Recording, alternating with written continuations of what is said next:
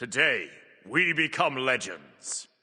Hey, my name's Zinter, welcome back to the channel, and welcome to a new season of Smite, a season we didn't really know if we were going to be getting or not. You know, when they released the roadmap, those 4 seasons. But we have the Season of Worlds in the 10.12 update notes, so this is basically It is a real patch, there's plenty of changes and stuff, but it's also a celebration of the World Championship, and leading up to it, there's a bunch of, like, World Championship skins and stuff like that, so it looks really cool, so let's just jump right in. So a bunch of new skins, they're bringing back Poseidon, a recolor of it, Cool Sidon. It's going to be a part of the Color Forge event, so you are going to be able to change the color scheme of the skin. Pretty cool. It's one of the OG Smite skins, the one that was released way back when, and that's really cool to see. Intergalactic Harvester Thanatos, also in the Color Forge event. Camelot's King Maui, obviously for the Camelot Kings that won last year's Worlds. They get a really cool skin there as well. And then, of course, we also have a bunch of skins for the current Smite teams that I think are all really quite well done. There's Rainbow Warrior Ishal as well, and then there's Eldritch Hounds, Wukong, Gilded Gladiator Bologna, Highland Raven Zeus, Styx Ferryman Apollo, Jade Dragon Zalquang, Atlantis Leviathan Susano, Oni Warriors Nemesis, another Camelot Kings one because they are still a team, Poseidon for that one, and then Midnight Frisia Blanke and Yule Cheer Aphrodite are part of the Winter Wonderland chest, the Christmas themed stuff. But yeah, that's all the skins, one for each team, and also a World Championship one for the Kings, as well as a couple of other really cool skins like the Poseidon recolor. Pretty excited for these. But moving on to balance changes, because there are quite a few in this patch. It is a patch like pretty much right before Worlds, so there's not going to be any like super major like spicy changes in this patch. It's more so going to be trying to keep the game reasonably the same, but nerf some top performers, maybe buff a couple of things that are never used to try and get a fairly balanced patch for Worlds. That's basically what they're trying to do here. So first up, shield buff, they reduce the protections per level from 1 to 0.5. I think this is fine. Less protections available for free to squishies is pretty good in most of the time, in my opinion. You don't want squishies just easily being able to get to 80 or 100 pros. It mitigates so much damage, and so taking a little bit off of this shield buff definitely does make sense. Into items though, Absolution gets 50 more health. It's kind of a hard item to use, but we have seen it see a little bit of play recently. It's just a very specific niche item, so I don't think really a buff of 50 health will actually make it any stronger, but it might make people try it more, because it does have some niches where I think it can be really good. Abyssal Stone gets 5 more magical prots. That's a bit of a weird one. You'd think they would either give it 5 more of both prots, or nothing at all. It's a little bit weird because now its magical protection isn't the same as its physical protection, which is going to be a little bit weird. I feel like if anything, you would just go all out and just make it have like 50 magical and 30 physical instead of like 40 and 35. But yeah, maybe, again, Abyssal Stone is a bit of a weird item, so maybe just a little buff like this will get people to pick it up and try it more, because I think it is genuinely a really strong item. It's just, you can't really see the value that it's providing you. Amulet of Silence, they have decreased the stat count by 1 and the internal cooldown by 12, so you're going to be able to silence people more often with this. Whether this will be good now, I don't know. There are a lot of glyphs that are kind of competing for this. You know, some very powerful glyphs. Relic Dagger is getting buffed further down, we'll see that. There's Pribwin, there's Breastplate, most recent really overpowered glyph. There's also the other glyph of Heartward that solo laners like quite a lot. So whether we'll see this, I don't know, but having hard CC on an item like this can be really powerful. So if it hits some kind of break point where it's like, okay, yeah, this is really good, I'm silencing people constantly, then it could definitely be worth a pickup. Arendite, they have decreased the passive movement speed by 10%, but added 7% just to the item in terms of an actual stat. Definitely a big buff for the item here. Having 7% extra movement speed at all times is obviously much more powerful than losing 10% sometimes on the passive.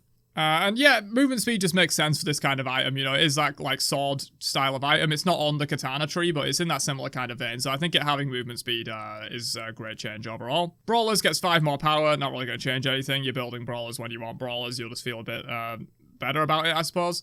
Corrupted Bluestone, increased damage over time duration by 1 tick, basically, and increase the protections per stack from 4% to 5%. Dude, Corrupted Bluestone could be kind of broken. So yeah, you're getting like 1 extra tick of damage on it, which is nice, helps it a little bit more competitive with actual Bluestone in terms of like the damage it's putting out from those ticks. But then of course Bluestone has, Corrupted Bluestone specifically has a lot of interesting extra effects like all the attack speed and protections and stuff. So now you're getting a 25% protection increase that can overcap. I've tested this, it can overcap. And so that's pretty strong, dude. 25% protection increase, 50% attack speed, the damage on it's going to be better now. It is a little bit of a niche item. I wouldn't say you necessarily want it on everyone, but it gives an insane amount of stats now, dude. Like, once this thing's stacked up in a fight, this is probably, like, giving you the most amount of stats of any starter item in the game. Kinda nutty. Probably expect to see this a lot more on the gods that it is quite good on.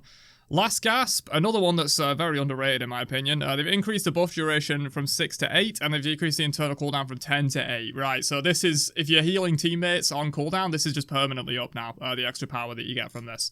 This item, no one really uses it, mainly because you need to be a healer to use it, and, you know, healers aren't super meta, especially in mid at the moment. They just kind of get died by assassins, so, like, what can you really do there?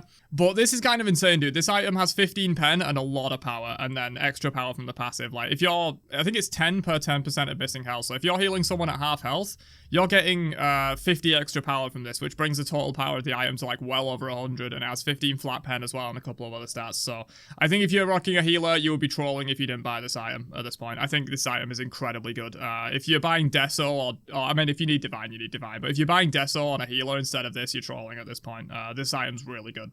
Mail of Renewal, they've reduced the allied heal time from 10 seconds to 5 seconds, so you get a little bit more of a bursty heal with this item. Obviously, on you, it's a bursty heal like it always has been, but it's now faster on the allies, which could be nice for pushing up Mail of Renewal into the meta a little bit, maybe in support. Manticore Spikes gets 50 extra health. Damn, that's kind of out of left field. I'd say, if anything, of the tank items, Manticore Spikes is one of the stronger ones. I think there will be other items I will buff before I buff Manticore Spikes. Specifically as well, because this item is only really good on, like, a certain handful of warriors. You can build it on most warriors and be kind of fine with it if you have, like, one hard CC, but all of the warriors that have, like, double hard CCs in their base kit, like Horus or whatever, are going to love this change, because they were probably already building this item anyway. It's already really good. Mantle of Discord, cost decreased, makes sense. This item at 2,900, it used to be like a luxury item that you were actually wanting to pay a high cost for. At this point, there are items that are just better than Mantle of Discord and cost less, so I think a cost reduction on this thing completely makes sense.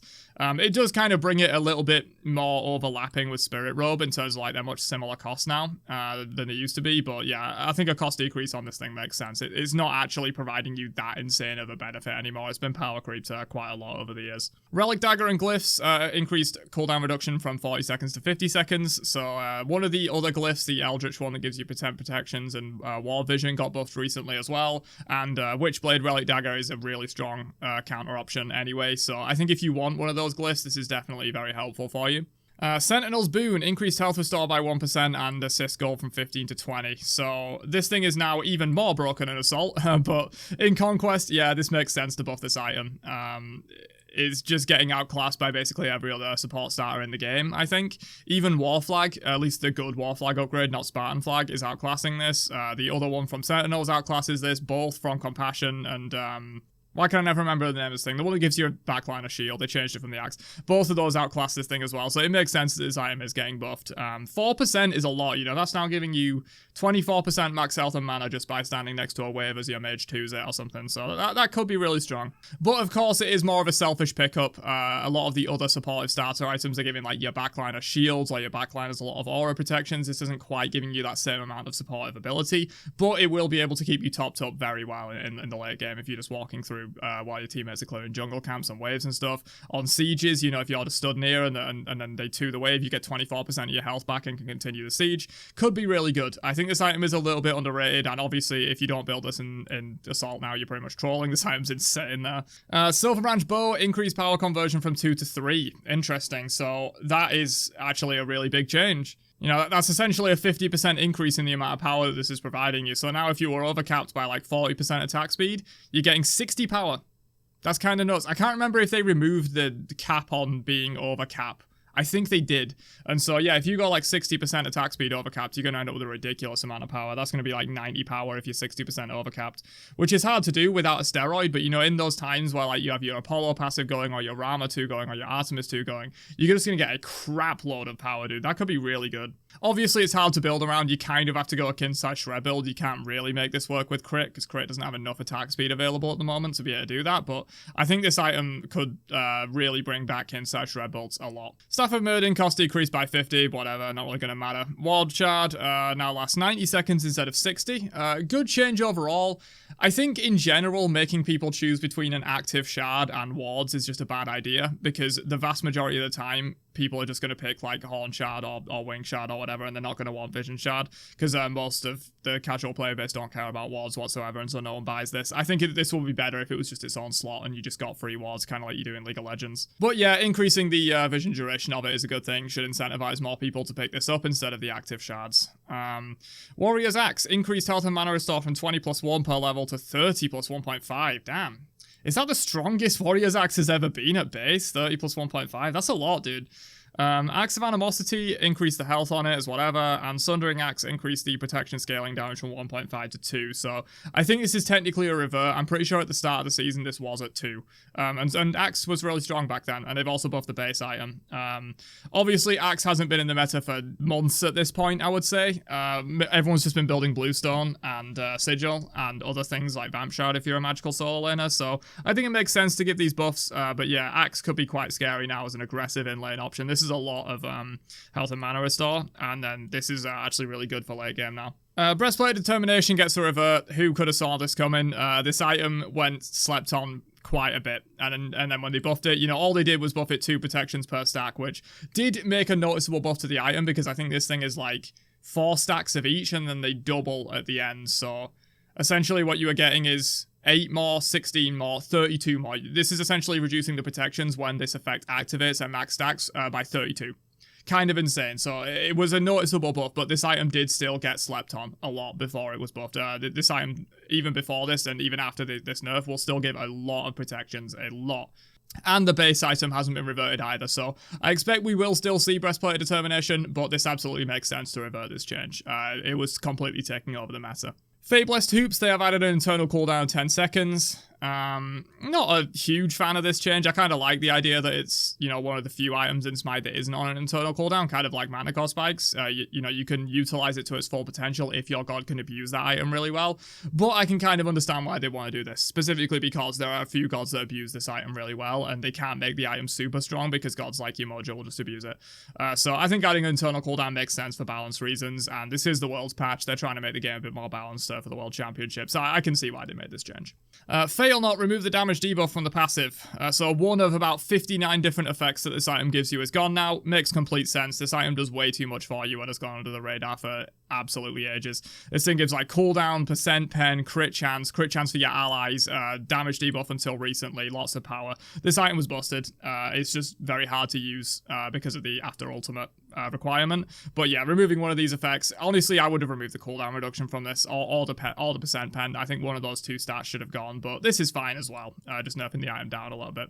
Telkine's Ring, decreased magical power by 5 and base bonus damage from 10 to 5. Damn, so this is going to be a lot weaker in the early game then. Whether or not you will still rush this, I'm going to say you probably don't. It does still have really good stats, you know, as lifesteal, as power, as that bonus damage, but I feel like there might be better options than rushing Telkine's Ring and magical ADCs now, because this is a big deal. This is whatever, but decreasing the base bonus damage from 10 to 5 is actually a really big deal in terms of early game, like wave clear and poking as you're basic attacking people. Enchanted Ring got a power reduction to compensate for that as well. Tiny Trinket goes up in cost, Enchanted Trinket goes up in cost, Pyth Piece goes up in cost, and max health down as well. So yeah, this item was really popular on mage solos. They're trying to fix that a little bit in this patch. We've seen the breastplate nerf. We will see some warrior buffs further down as well, and some mage nerfs specifically to some of the mages that were overperforming. But yeah, Pythagorean's Piece, basically this is the patch of nerfing items that were clearly really strong, but no one realized it until now. Breastplate, revert, fail not, Pythagorean's Piece. All of these items were really good, and people just didn't really realize them, and yeah, now Pyth Piece has gotten nerfed a little bit. And yeah, just to mention, the other items in the tree have an unaffected total cost. They've just increased the cost of like the tier 1 and the tier 2. Vamp Shroud, decreased base power, and Bloodsoaked Shroud, decreased base power. This will help, but I think Bloodsoaked needs a decrease to the amount of health restore it's giving you. It's basically all Glad Shield, but even better. So I think that should have been nerfed a little bit, to be honest. You know, if you want to go a Vamp Shroud mage solo in the early game and you have a lot of lane pressure and good sustain in the lane, I think that's fine. But then if you also have ridiculously good sustain and tankiness in the late game team fights, that's where this item just becomes completely dominant. So I would have liked them to see, I'd like to see them reduce the healing that you're getting from this item. God buffs, AMC gets increased projectile speed. I'm guessing they want another Worlds where AMC is dominating in mid, right? Now, all jokes aside though, this ability is really slow. I think it makes sense to do this. We haven't seen AMC in the meta for a while. Atlas, they have increased his base fizz prots and increased the power reduction per stack on his ult from 2% to 3%. So that's a pretty big deal. This ult stacks up to, I think, 5 times at rank 1, 7 times at rank 5. And so this is going to be a pretty big deal. You know, 5 to 7% extra power reduction if you're using this ability optimally. Pretty big deal. Will it, completely catapult Atlas into the top of the meta? Probably not, but I don't think Atlas was weak already, in my opinion. And he also shows up big time at tournaments and stuff like that, so I expect to see a lot of Atlas at Worlds. Fun character to watch though, so I'm not necessarily opposed to these buffs. Chak, Thunderstrike, increased damage scaling is whatever. Increased base damage on Torrent by 40 in the late game. That's pretty solid. I'm pretty sure you were already ranking Torrent if you play Chak, but you definitely are now. This thing goes down in cooldown, goes massively up in damage, and goes up in the protections that it gives, whereas Thunderstrike just goes up in damage, I'm pretty sure. The cooldown's flat, doesn't have any additional effects, so you're definitely leveling Torrent even if you weren't before, which you probably were. Kukulkan gets increased damage on Ventanga. This is not the problem with Kukulkan, but sure.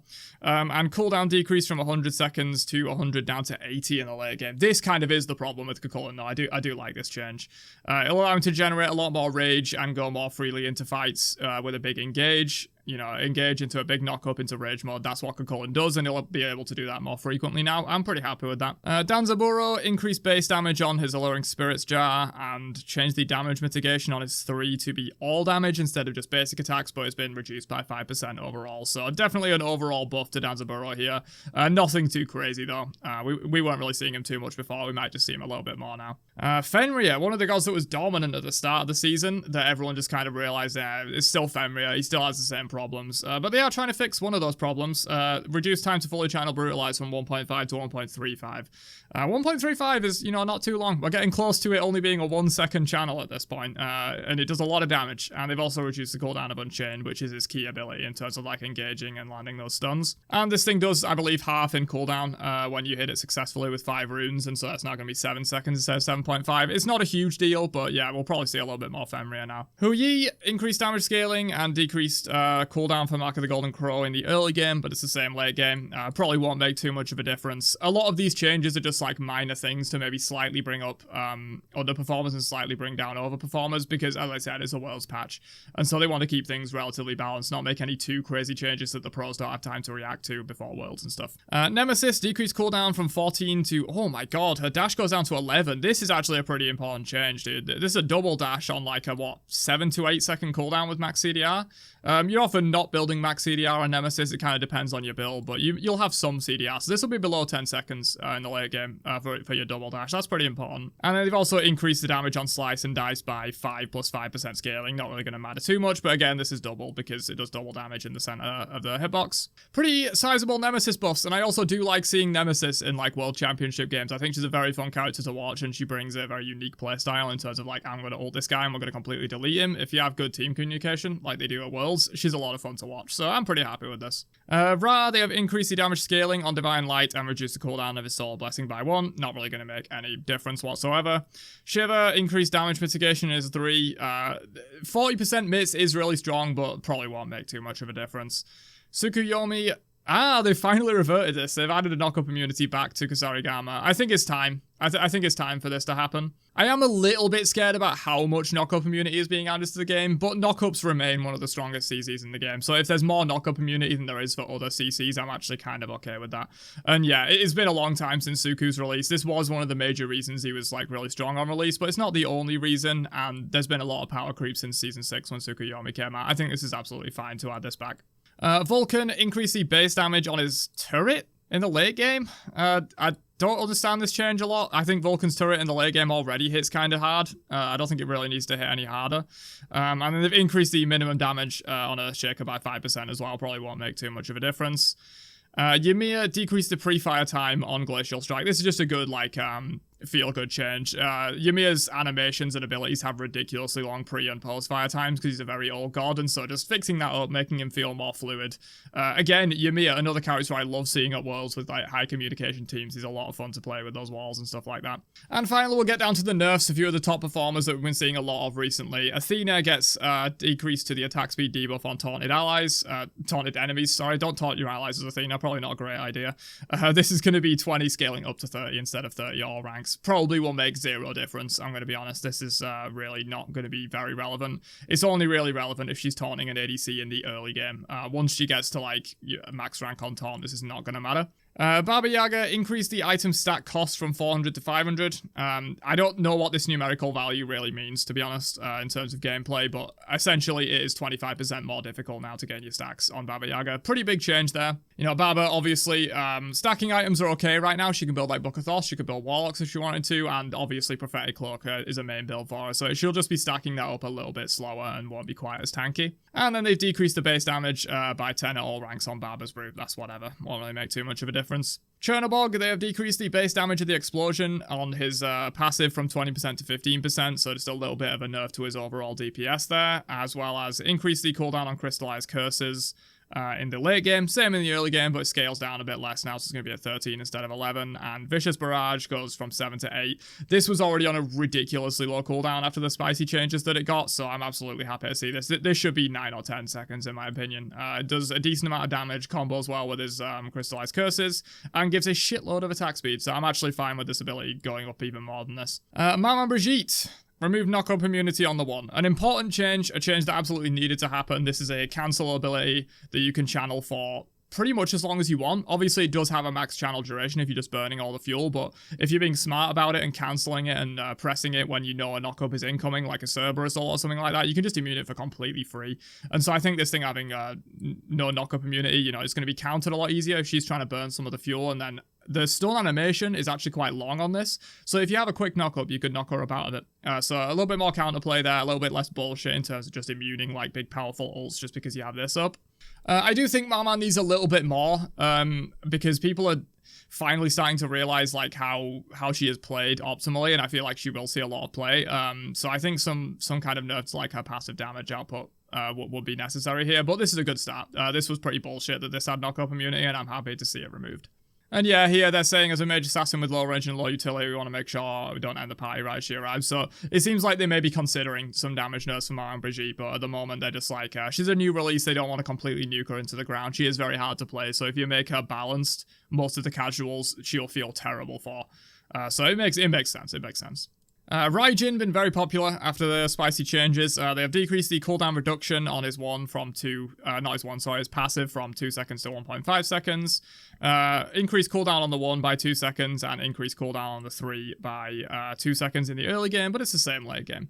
So some pretty important cooldown nerfs to Raijin. He'll be throwing a little bit less damage downrange. This thing being at 10 seconds was kind of insane, especially when this is activating all the time. This pretty much had no cooldown. So yeah, good nerfs for Raijin overall, and in general, a good patch. I will say a little bit of a boring patch, but we're going into Worlds. It's the end of the year. We can't be expecting too many absolutely nutty balance changes when we're trying to play World Championship on, not necessarily this patch. I think there is a 10.13 coming, but yeah, on these recent patches, we'll be playing Worlds, and so it makes sense for them to make some less crazy changes, just kind of sort out the meta, make it a little bit more balanced. And yeah, overall, there are some good changes here. I think this is a pretty good patch overall. No real address to the mage solo problem, other than like a few buffs to certain warrior items, but we'll see. We'll see how it transpires with like the path to Worlds and Worlds itself. But yeah, hopefully you guys enjoyed my breakdown of these patch notes. Some really cool skins coming as well, and I will catch you guys in another one later on. Have a great day, and peace out, you nerds.